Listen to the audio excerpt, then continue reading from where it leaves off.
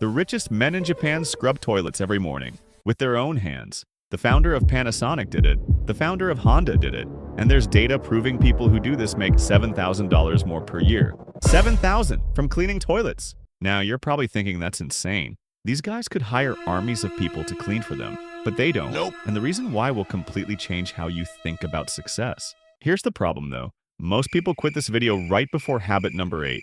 That's the one that actually breaks you through. The one that makes everything else click. Don't be that person who gives up right before the breakthrough. Okay, so you wake up every morning feeling behind, like chaos is winning. You need a foundation, something that forces discipline into your day, whether you feel like it or not. That's why the first habit sounds disgusting. Clean your toilet.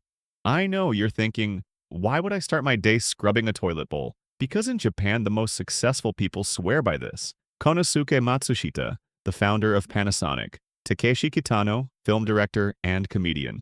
Soichiro Honda, the founder of Honda. They all said cleaning toilets was critical to their success. Not helpful, critical. These guys built empires and credit toilet water as the secret. Why? 3 reasons. First, there's actual data. Lion Corporation surveyed thousands of households and found people with clean toilets earned $7,000 more per year. $7,000! That's a solid vacation. The theory? If you're willing to do the thing everyone hates, your brain gets trained. You're confronting the worst task first, which makes everything else easy. Second, it humbles you.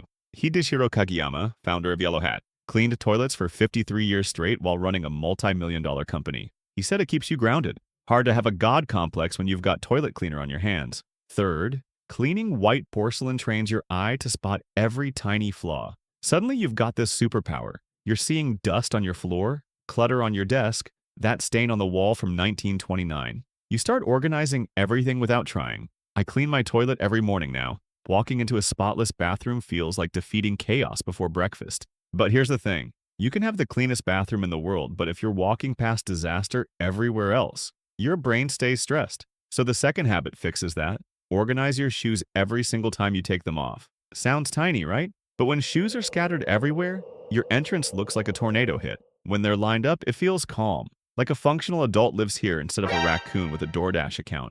This tiny act gives you a hit of self-affirmation. You look down and think, I did that.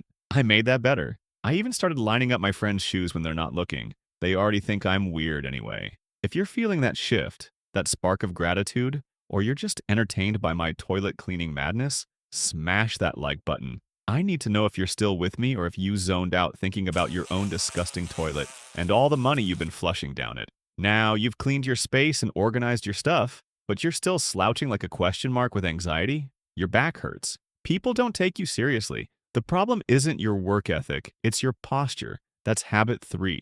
Fix your posture. In ancient Japan, they believed if your body is crooked, your mind is crooked. Straighten your spine, straighten your thoughts. Old Japanese photos show people standing like statues. They wore kimonos with tight belts that forced them upright. You can't slouch in a kimono. When I stand up straight, I think clearer. I feel more confident. Like I'm the main character instead of a background NPC. Try it right now. Pull your shoulders back. Feel that? That's the difference between looking like you pay taxes and looking like you still ask your mom to make doctor's appointments. Before I reveal the last habit, let me ask you something. You know what's coming at the end, right?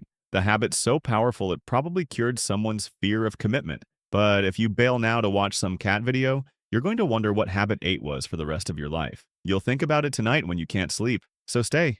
Don't give up right before the treasure chest. Okay, so you've fixed your environment and your posture, but you still feel entitled, like the world owes you everything. That's why habit 4 matters. Say one word before every meal. Itadakimasu. If you've watched anime, you've heard this 1,000 times. It means thank you for the meal, but it's 2 layers of gratitude. First, you're thanking every human who touched that food. The farmers at 4 a.m., the delivery drivers, the cook, the cashier. Second, you're thanking the ingredients themselves. The Japanese believe vegetables have life. Animals have life. You're taking their life and turning it into yours. I say it in my head now. Fast food, fancy dinner, gas station sushi. It makes me feel less entitled, less like the world owes me, and more like I'm lucky to be eating food instead of being the food in some universe where chickens are in charge. Habit 5 is so simple it sounds pointless. Put your chair back after you use it. Shohei Ohtani did this in an interview.